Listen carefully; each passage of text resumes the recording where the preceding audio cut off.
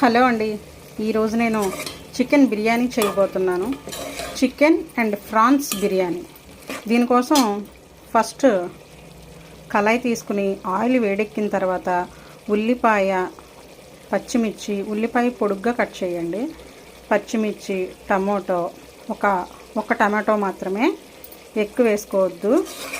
తర్వాత బిర్యానీకి సంబంధించిన ఇంగ్రీడియంట్స్ అన్నీ వేయండి. పలావ్ ఆకు, పువ్వు, చెక్క, యాలకులు, లవంగాలు అన్నీ బిర్యానీకి సంబంధించిన అన్నీ కూడా వేసుకుని అవి ఫ్రై అయిన తర్వాత ఈ చికెన్ పీసెస్, పచ్చిరొయ్యలు వేసుకోవాలి. బాగా మగ్గనివ్వాలి. వాటిని సిమ్లో ఉంచి అలా ఒక 15 మినిట్స్ అయినా సరే ఆ చికెన్ని మగ్గిస్తే ముక్క బాగా మెత్తగా అవుతుందన్నమాట. ఇలా మగ్గిన దాంట్లో ఇప్పుడు మనం కొంచెం అల్లం వెల్లుల్లి పేస్ట్ చూడండి, కొంచెం అల్లం వెల్లుల్లి పేస్ట్.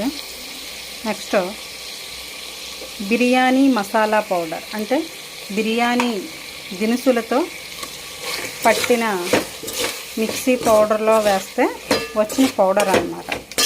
నెక్స్ట్ ఇందులో కొంచెం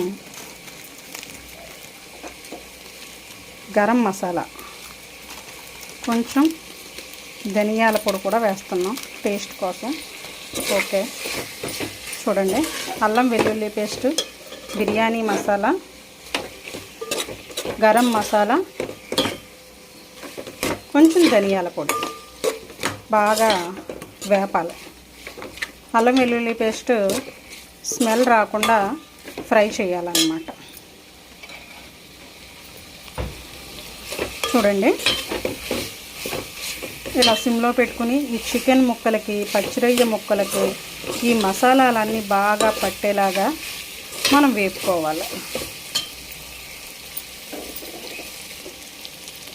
ఇప్పుడు ఇందులో సరిపడినంత ఉప్పు వేసుకోవాలి. సరిపడినంత ఉప్పు వేసుకుని కలియబెట్టాలి. చూడండి, ఇప్పుడు నేను దీంట్లో బాస్మతి రైస్ వేస్తున్నాను.